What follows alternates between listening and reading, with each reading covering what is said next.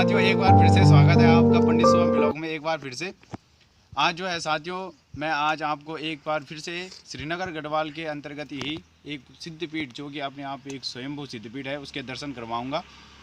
और ऐसा माना जाता है कि पहले के समय में जो है, जब केदारनाथ बद्रीनाथ के लिए लोग यात्रा करते थे, तो पहले श्रीनगर गढ़वाल में कमलेश्वर महादेव जी के दर्शन करते हुए, फिर माँ धारी देवी के दर्शन करते हुए, फिर जो है अपनी यात्रा को सफल करते थे। तो आज उसी मंदिर के मैं आप लोगों को दर्शन करवाऊंगा। और उस मंदिर में जो है एक महत्व और है, उस मंदिर में जो है संतान प्राप्ति के लिए लोग वैकुंठ चतुर्दशी के शुभ पर्व में जो है वहाँ खरीदी करते हैं, और भगवान कमलेश्वर की कृपा से जो है लोगों को वहाँ पे संतान की प्राप्ति भी होती है। तो आइए और आप भी मंदिर के दर्शन करिए। और मैं तो ये कहूँगा कि जब कभी आप केदारनाथ बद्रीनाथ आते हैं तो श्रीनगर गढ़वाल में स्थित इस स्वयंभू सिद्धपीठ के दर्शन करने के लिए आप अवश्य आइए। तो चलिए।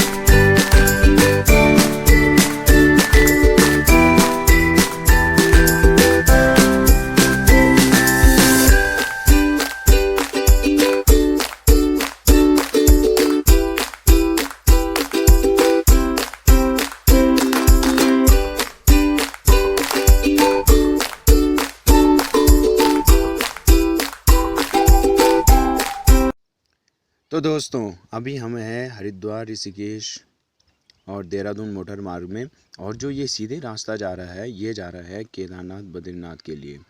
और इसी रास्ते पे हमें आगे मंदिर के ओर बढ़ना है। दोस्तों, ये है HNB कॉलेज, और इसी के बगल में लेफ़्ट में जो है मंदिर का गेट है, कमलेश्वर मंदिर का। इसी गेट से जो है हमें अंदर के लिए जाना है। और आप लोग यहाँ पे देख सकते हो, ये हेमंती नंदन बहुगुणा विश्वविद्यालय है। ठीक इसी के जस्ट में, इसी के बगल में जो है कमलेश्वर मंदिर का रास्ता जाता है।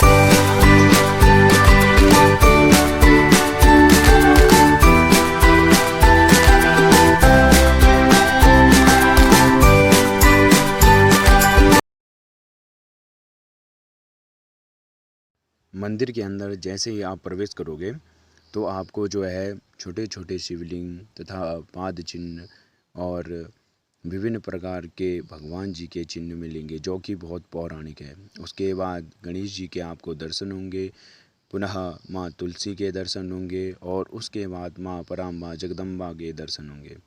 फिर हमारे बजरंगबली पवनपुत्र हनुमान जी के दर्शन करते हुए सीधे नज़र जब आपकी पड़ेगी तो माँ अन्नपूर्णा के आपको दर्शन होंगे।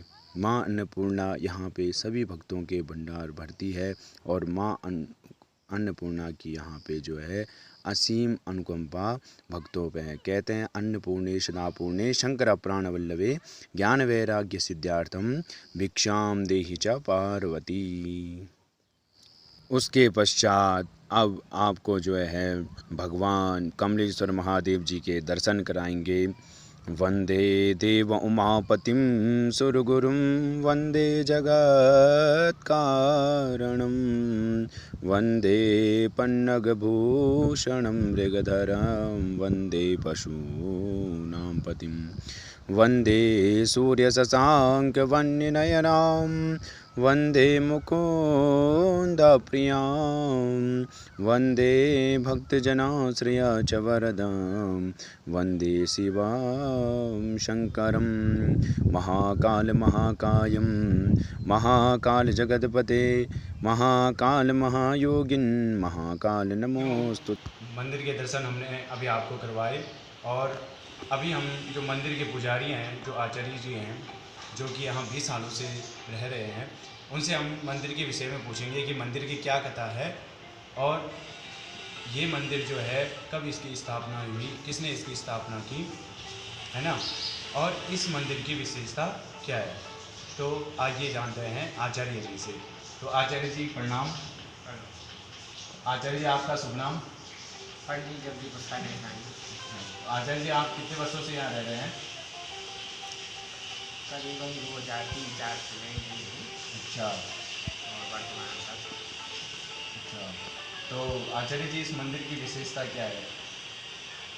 भगवान कमलेश्वर स्वयं सिद्ध पीठ स्थान है। उसकी 4 कथाएँ हैं। प्रथम सतयुग से चलते हैं तो सतयुग में सबसे पहले शैलमृषि से हुई थी, जिन्होंने यहाँ पर 5000 वर्षों तक तपस्या की और उनकी तपस्या की फलीभूत भगवान श्री ने स्वयं सिद्ध पीठ के दर्शन दिए। तो इनका प्रादुर्भाव 2 बजे रात्रि को है और 20 पात्री ब्राह्मणों द्वारा इनका सिद्धेश्वर नाम दिया गया। अच्छा, सिद्धेश्वर। तो पहला ही हीरा मोतियों का था, वर्तमान भली पाषाण के रूप में है।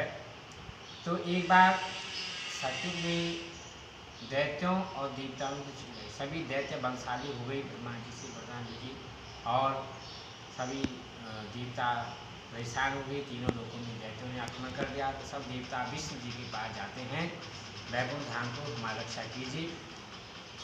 विष्णु जी ने कहा, भाई देवादिदेव शंकर भगवान ही हमारी इस पूजा से जो है